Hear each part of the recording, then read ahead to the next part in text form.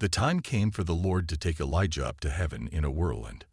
Elijah and Elisha set out from Gilgal, and on the way Elijah said to Elisha, "Now stay here.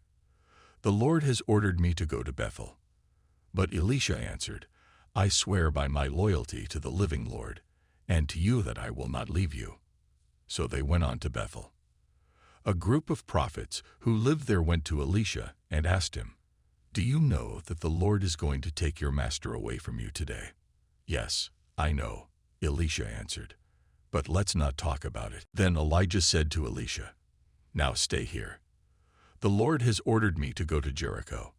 But Elisha answered, "I swear by my loyalty to the living Lord, and to you that I will not leave you."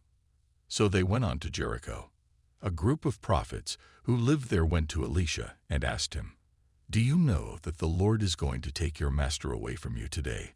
"Yes, I know," Elisha answered, "but let's not talk about it."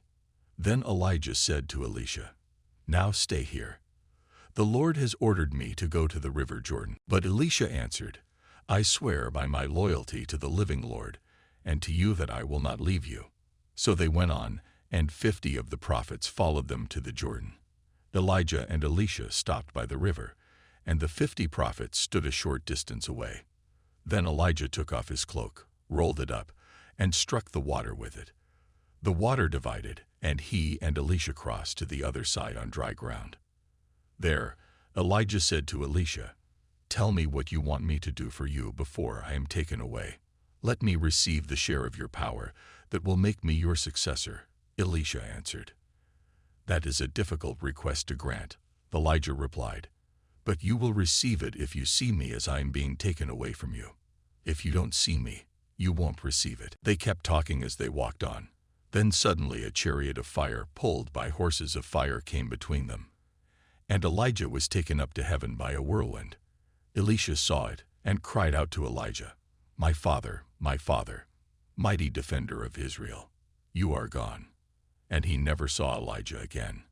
In grief, Elisha tore his cloak in two. Then he picked up Elijah's cloak that had fallen from him, and went back and stood on the bank of the Jordan.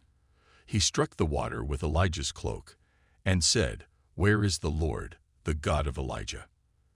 Then he struck the water again, and it divided, and he walked over to the other side. The 50 prophets from Jericho saw him, and said, "The power of Elijah is on Elisha." They went to meet him, bowed down before him, and said, "There are 50 of us here, all strong men. Let us go and look for your master. Maybe the Spirit of the Lord has carried him away and left him on some mountain or in some valley." "No, you must not go," Elisha answered. But they insisted until he gave in and let them go. The 50 of them went and looked high and low for Elijah for 3 days, but didn't find him.